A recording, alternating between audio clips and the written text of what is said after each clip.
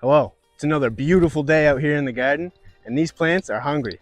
In this video, I'm going to show you exactly how I like to fertilize my plants and what I use to keep these plants looking good. Let's go.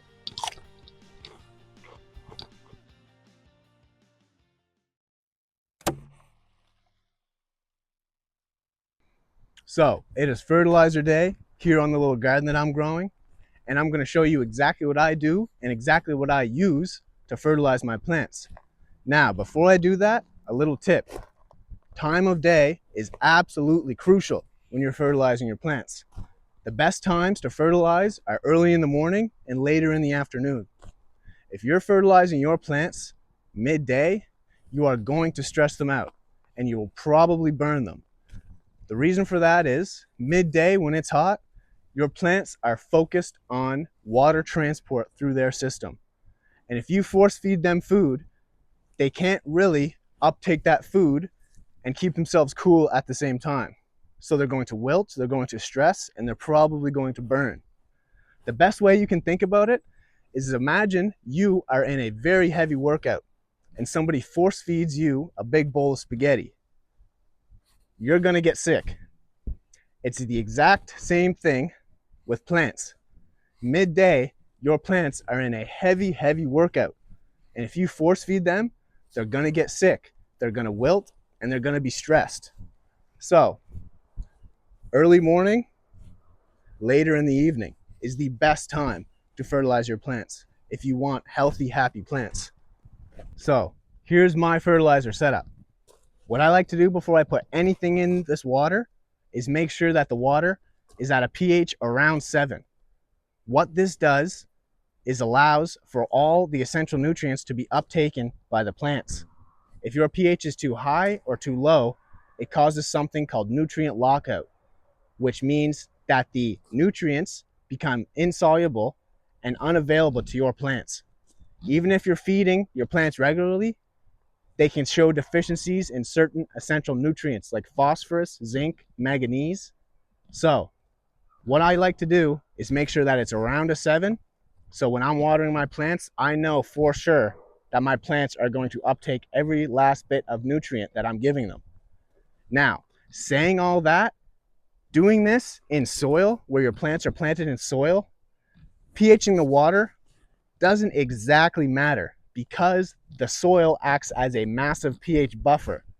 So if your pH is too high or low in your water and your soil is already at a 7, it's not really going to cause much of a deficiency because the water you put on is going to turn into that pH of the soil. So really, what you want to do is make sure your soil is already at a 7 pH or around a 7 pH. Plants like a 6.8 to 6 pH, but I just say 7 because that's what I like to do. Now, make sure your soil is around that pH first. It doesn't really matter about doing it to your water. It's just something that I like to do for myself. Now, saying that, the fertilizer that I like to use is a liquid fish fertilizer, organic. This stuff I've been using for 2 years now, and it works wonderfully. So, let's get to fertilizing. I mean, you're probably confused at this little rig that I got here. This is the stirring rig that I have. This is a drill hooked up with a spade bit to keep the water moving because this fertilizer is extremely heavy. And if it doesn't keep moving, it'll sink to the bottom, causing the bottom to be way more concentrated to the top. And that can definitely burn my plants. So, let's get to fertilizing now. This little water tank here is 150 liters. This fertilizer likes to be added 30 milliliters to 1 gallon. So I just did the calculations, and this tank here needs 1 liter of this fish fertilizer. So what I'm going to do before I add this to get a good stir is I'm going to turn this on. I'm going to get that spinning, get that water moving. Now I'm going to add it.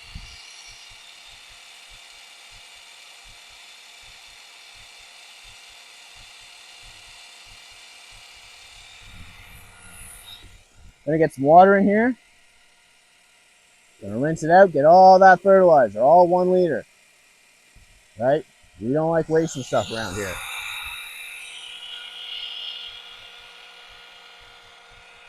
Now then, while that's mixing, I'm gonna tell you about the rest of my rig here.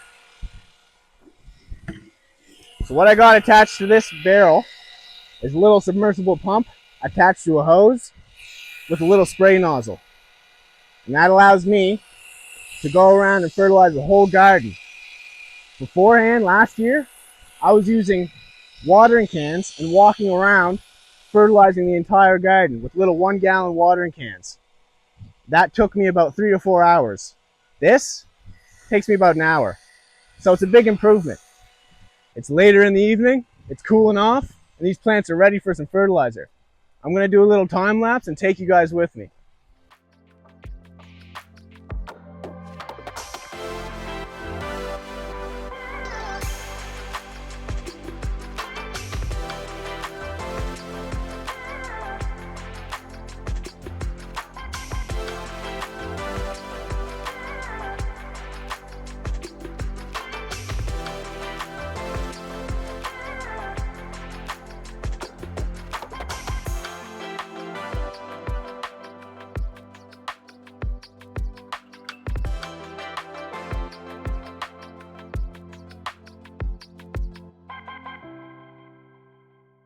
Okay, all the plants are fertilized now, and I'd just like to clarify, it is the pH of your soil that really matters when you're growing in the ground. I just like to pH my water when I'm fertilizing because I'm weird and it makes sense to me. But when you're growing in pots, pHing your water is absolutely beneficial to the plant so they can absorb all the essential nutrients. Now, most plants like a pH between 6 and 6.8. And I say most because you have some ones that like it acidic. For example, blueberries like it between a 4.5 and a 5.5. But I'll get to that in another video. But for now, this is the end of the video, and I really hope you enjoyed it. We will see you in the next one. Peas are good, man. Peas are good.